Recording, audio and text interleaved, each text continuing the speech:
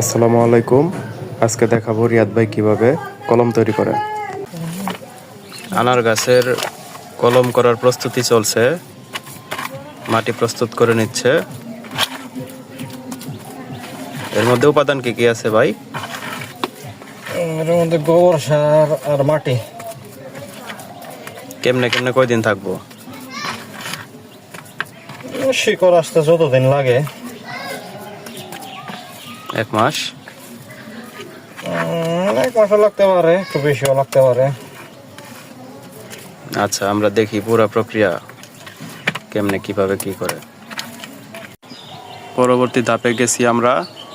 এখন ডাল কাটছে।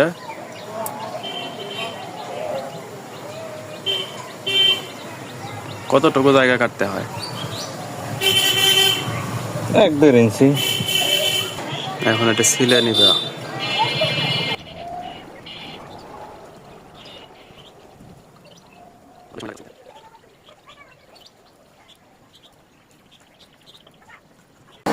কাটা শেষ হয়েছে। এখন মাটি গোবর দিয়ে পলি দিয়ে বেঁধে রাখবে।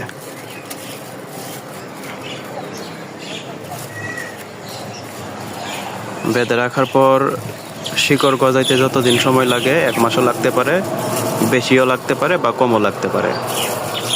তখন কেটে ডালটিকে টবের ভিতরে বা মাটিতে লাগিয়ে দিবে।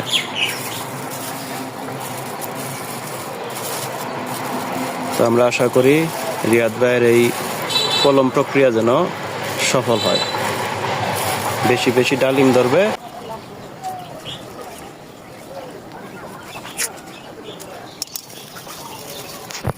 আপনার কাছে হয়তো বা কাজগুলো খুব জটিল মনে হবে, আসলে মনোযোগ দিয়ে করলে কোনো জটিলতাই থাকে না, খুব সহজ মনে হয়।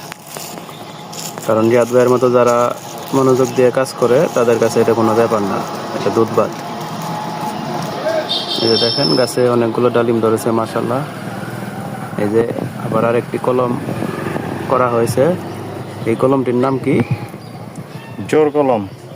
জোর কলম মানে একটা গাছের সাথে, বীজ গাছের সাথে এই গাছের ডালের জোড়া দিয়ে দিছে, এটাকে বলে জোর কলম।